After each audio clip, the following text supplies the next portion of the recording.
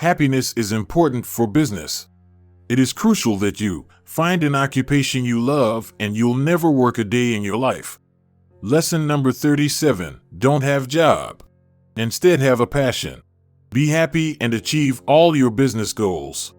Success does not lead to happiness. Happiness leads to success. I often tell my students that if they have a job, then they are doing it wrong.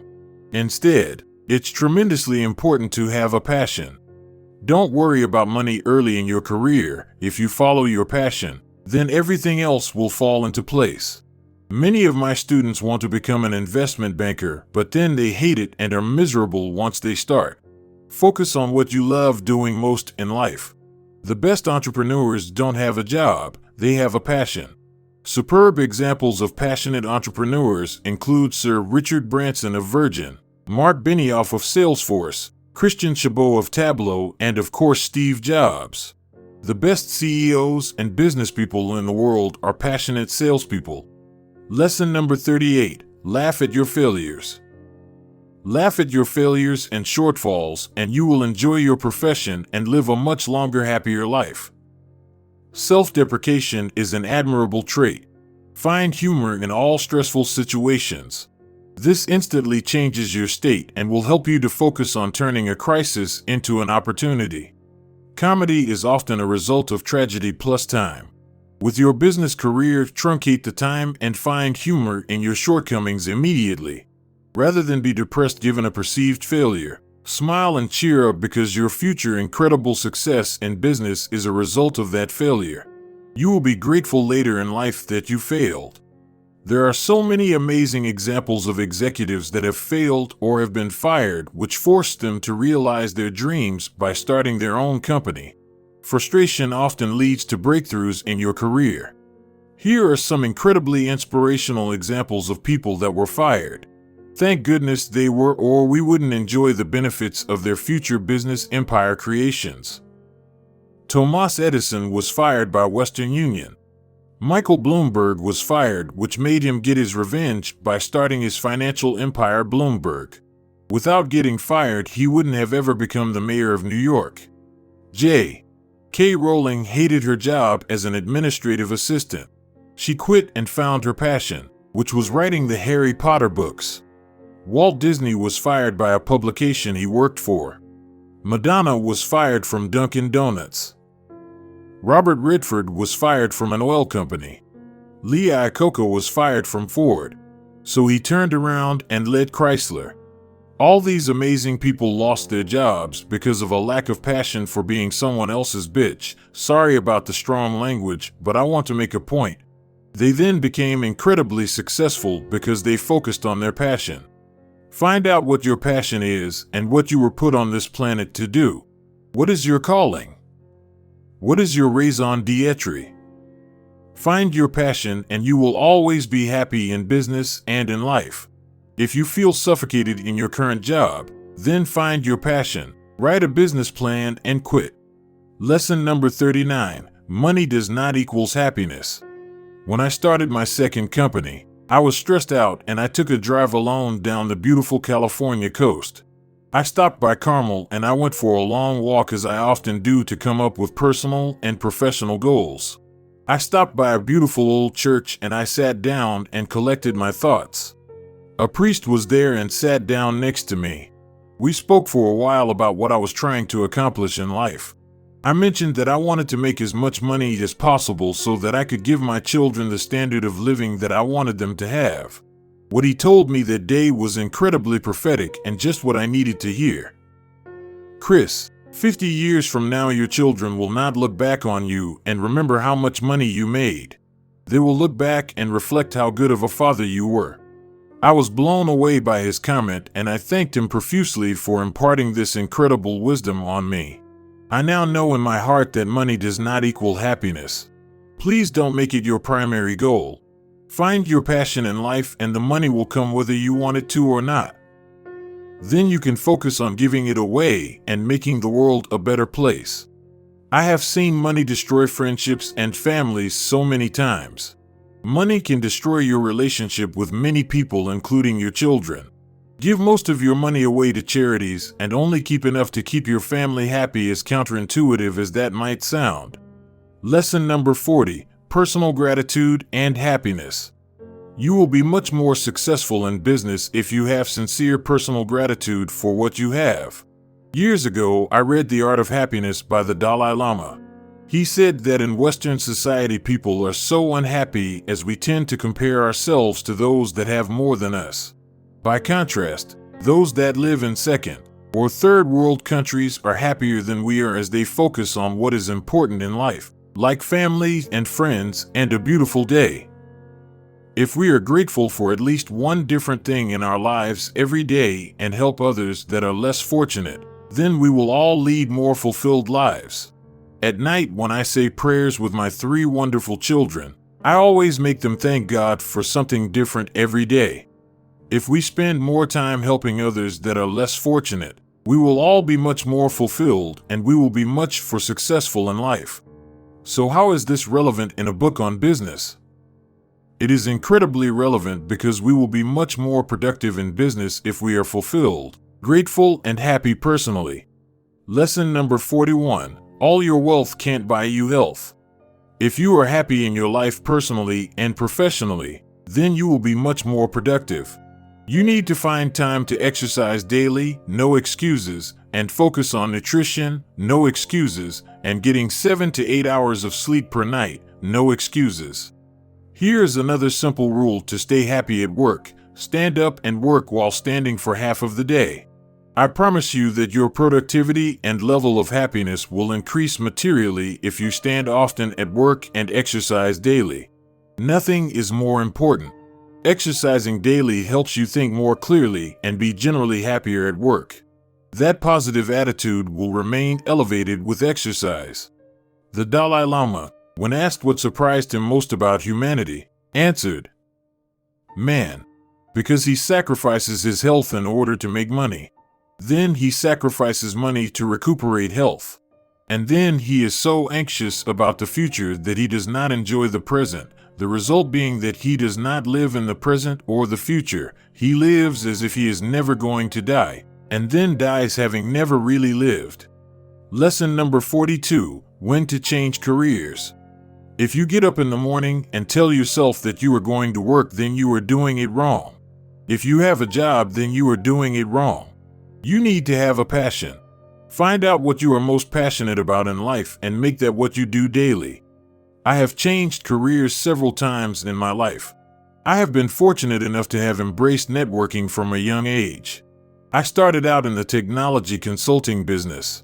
I then changed careers post my MBA and worked on Wall Street at Goldman Sachs. I loved the people there, but I also understood why so many successful politicians come out of Goldman. So I switched careers and worked in the hedge fund industry because I wanted to make a lot of money. I did okay, but I was miserable. Don't work because you want to make a lot of money. I hated the hedge fund industry because it was so short-term focused. I wanted to be a long-term investor, so I started a firm that invested partially in private companies, and I ended up getting a great gig as a partner at a prominent Bay Area venture capital firm. I love my business partners. They love what they do as well. They are wonderful family-oriented people too. They have their priorities straight, family first. I am also a professor at night. I love helping students, and I love sitting on boards and helping companies too. It took me many years to find happiness in what I do, and it certainly is not because of the money. It never is, and it never will be. Crucial lessons on protecting your family and yourself. Section 9, legal stuff is important. Lesson number 43, how to protect your family.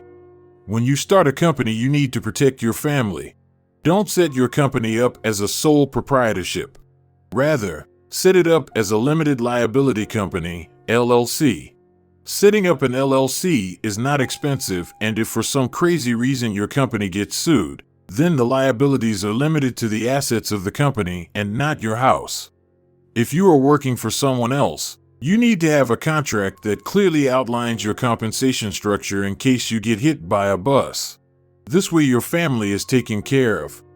I know that this sounds like common sense, But sometimes we are so focused on building our careers and our companies that we forget about protecting those that we love.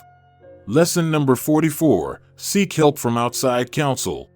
Your business partners or your employer has a lawyer to draft your employment contract.